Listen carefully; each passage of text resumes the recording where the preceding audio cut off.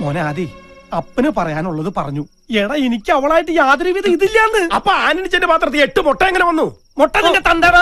പറ്റി പറയുമ്പോ അപ്പനെന്തിനാ ഇവന്റെ അടുത്ത് ചൂടാവണേ? വർമ്മ സാർ പറഞ്ഞപ്പോഴാണ് ഞാൻ ഞെട്ടിപ്പോയത്.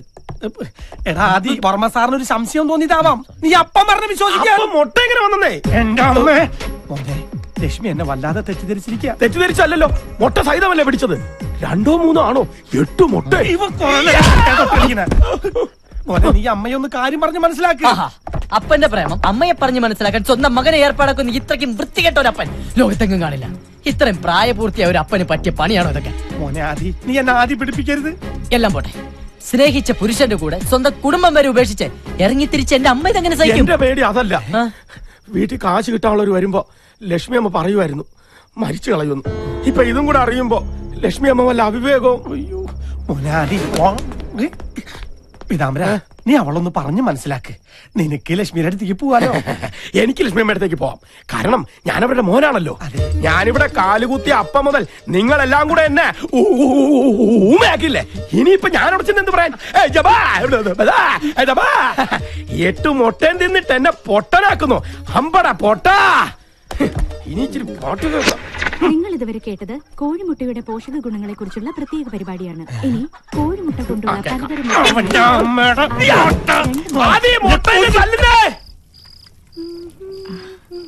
അയ്യോ, ഇതൊക്കെ ഞാൻ ഒറ്റയ്ക്ക് ചെയ്തോളാം ചേച്ചി. ഞാനൊന്ന് നടുനിവർത്തണമെങ്കിൽ പാതിരാ കഴിയും. കുഴപ്പമില്ല. ഒന്ന് വേഗം പോയി കുളിച്ചിട്ട് വാടി. പെണ്ണിന്റെ കാര്യം.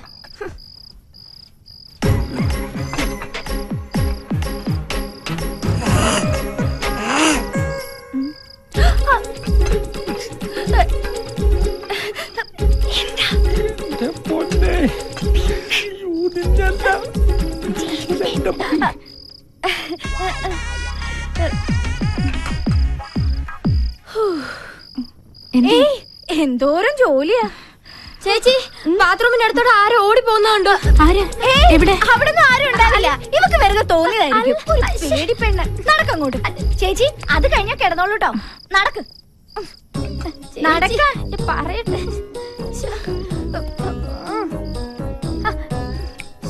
ഇവിടെ എങ്ങും ആരും ഇല്ലെന്ന്. അങ്ങോട്ട് കുളിച്ചേ പറയട്ടെ. കുളിക്കണ്ടതാ ഒരു കാര്യം.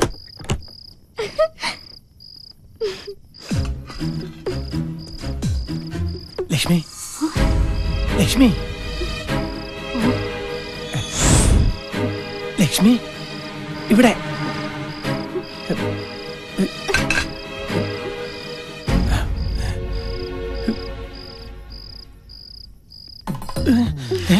വർമ്മ സാറ് പറഞ്ഞപ്പോഴേ എനിക്കറിയായിരുന്നു ഇന്ന് രാത്രി എന്നെ കാണാൻ വരുമെന്ന്. നീയും വർമ്മ സാറും കൂടി എന്നെ വറുത്ത് പിന്നടി കൊണ്ടാണ് ഞാൻ.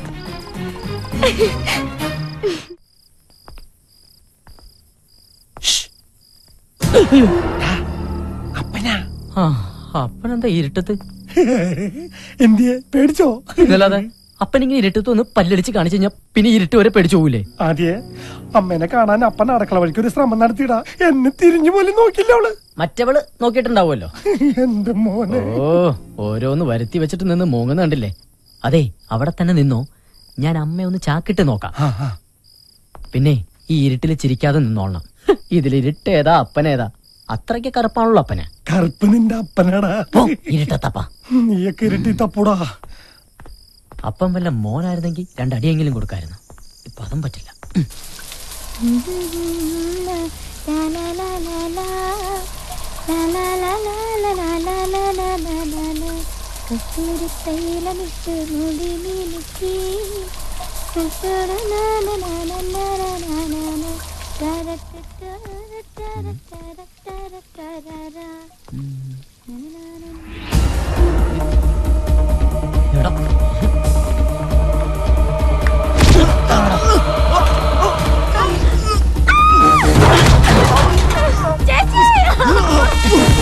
പെൺപിള്ളേര് കുളിക്കുന്നത് ഇന്നത്തോടെ നിർത്തി തരണം. നിന്റെ മൊബൈൽ ഗെയിം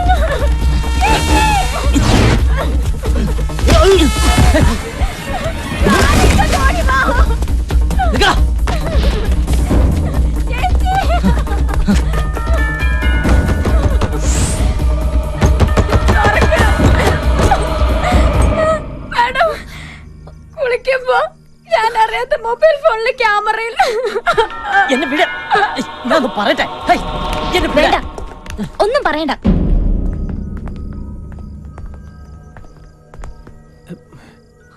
എല്ലാരും ഉറങ്ങാൻ കിടന്നപ്പോ നീ ആരെ കാണാൻ അങ്ങോട്ട് പോയത്? അത് പിന്നെ മോളെ,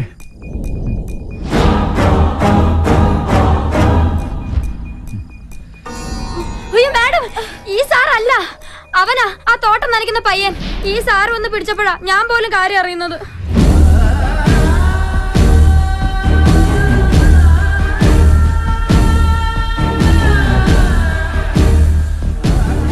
സാറേ, പിഴച്ച വഴിക്കൊന്നും പോവില്ലെന്ന് ആന്റണിക്ക് ഉറപ്പുള്ളതുകൊണ്ടാ ഞാൻ ആദ്യം സാറിനെ പരിചയപ്പെടുത്തിയത്. സാറിന്റെ മകൾ ഇവിടുത്തെ രാജകുമാരിയാണെങ്കിൽ ഈ നിൽക്കുന്നത് ഞങ്ങളുടെ രാജകുമാരനാ.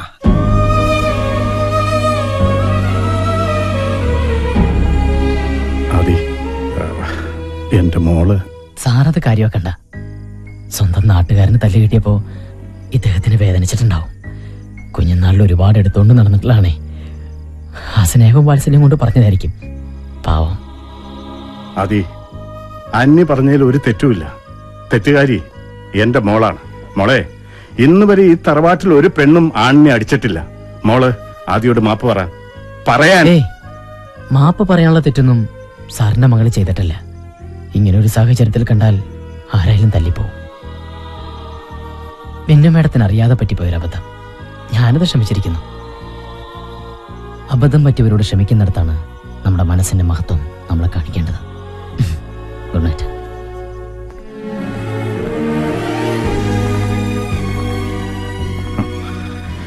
ഇതുപോലൊരു മകന് ജന്മം നൽകിയ അച്ഛനും അമ്മയും സുഹൃതം ചെയ്തവരാണ്.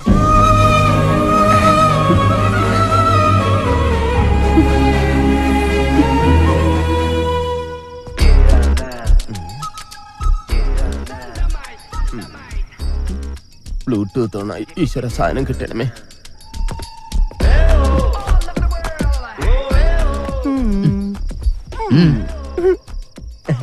അതെ, ഞാൻ ബ്ലൂടൂത്ത് ഓണാക്കി.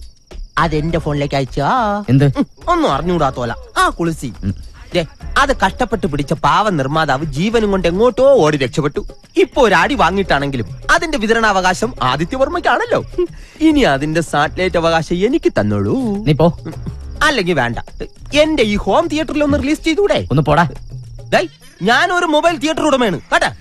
വേണ്ട, ഒരു കുളിസി നിന്റെ കയ്യിലുണ്ടെന്ന് കരുതി ഇങ്ങനെ അഹങ്കരിക്കരുത്.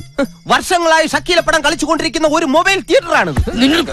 തിയേറ്റർ ഉടമയോട് കളിച്ചാലേ വിതരണക്കാരൻ വിവരം അറിയും. വിവരം നിന്നെ പോവല്ല പറഞ്ഞ മനുഷ്യനോട് നിൽക്കുമ്പോ ഞാൻ അവസാനമായിട്ട് യാചിക്കുകയാണ്. ആ കുളിച്ച് ഇതിലോട്ട് അയച്ചാടേ. എന്ത് തരൂല്ലേ? നീ തരണ്ടാ. നീ ഒറ്റയ്ക്ക് കണ്ട് മൃതിയടയടാ. ഇത് കിട്ടാത്തവന്റെ വിഷമം നിനക്കൊന്നും അറിയില്ലടാ. ഞാൻ ഇന്ന് എങ്ങനെ ഉറങ്ങുമെന്തോ. നിനക്കറിയോ, വിനാശകാലത്ത് ഏത് നല്ല തറവാട്ടിലും ഇതുപോലുള്ള അസുരവിത്തുക്കൾ വന്ന് ജനിക്കും. ശരിയാ. അതുകൊണ്ടാ ഞാൻ എന്റെ മോനെ കൊണ്ട് അവളെ കല്യാണം കഴിപ്പിക്കാത്തത്. കാണാനൊക്കെ സുന്ദരിയാ, പക്ഷേ മനസ്സ് രാക്ഷസിയുടെ. ഏട്ടത്തി പറയുന്നത് ശരിയാ. അവള് രാക്ഷസി തന്നെയാ, നിധി കാക്കുന്ന രാക്ഷസി. അവളെ വേണേ നമുക്ക് ഉപേക്ഷിക്കാം, പക്ഷെ ആ നിധിയുടെ കാര്യം ആലോചിക്കുമ്പോഴാ. അതുകൊണ്ട് മാത്രമാ ഞാൻ എന്റെ മോനെ കൊണ്ട് കല്യാണം കഴിപ്പിക്കാൻ നോക്കുന്നേ. എന്റെ ഭഗവാനെ, ഇതൊന്നും കാണാൻ ഇടവരുത്താതെ നീ നാത്തൂനെ നേരത്തെ വിളിച്ചത് എത്ര നന്നായി.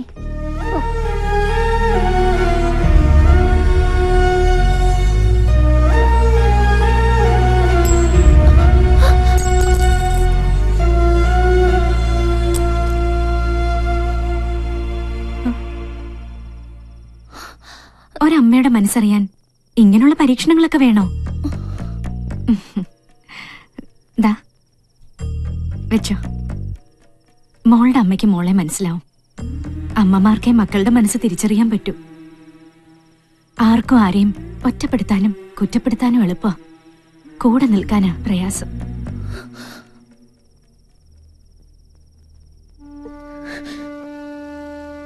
പറയണത് ഇഷ്ടമാവുന്നില്ലെങ്കിൽ ഞാൻ പോവാം. എനിക്കെന്തോ കുട്ടിയെ ഓർത്തിട്ട് കിടന്നുറങ്ങാൻ തോന്നിയില്ല. നമ്മുടെ കണ്ണു നിറയുമ്പോ സ്നേഹത്തോടെ കണ്ണീര് തുടച്ചു തരാൻ ഒരാളുണ്ടെങ്കിൽ കണ്ണു നിറഞ്ഞതിന്റെ കാരണം നമ്മൾ മറന്നുപോകും. പക്ഷെ അങ്ങനെ ഒരാളില്ലെങ്കിൽ അത് വല്ലാത്തൊരു ഒറ്റപ്പെടല.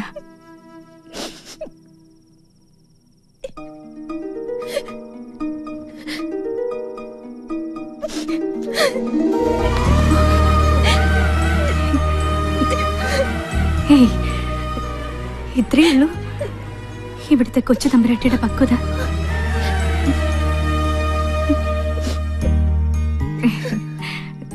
സമയം കുറേയായി, മോള് കിടന്നു.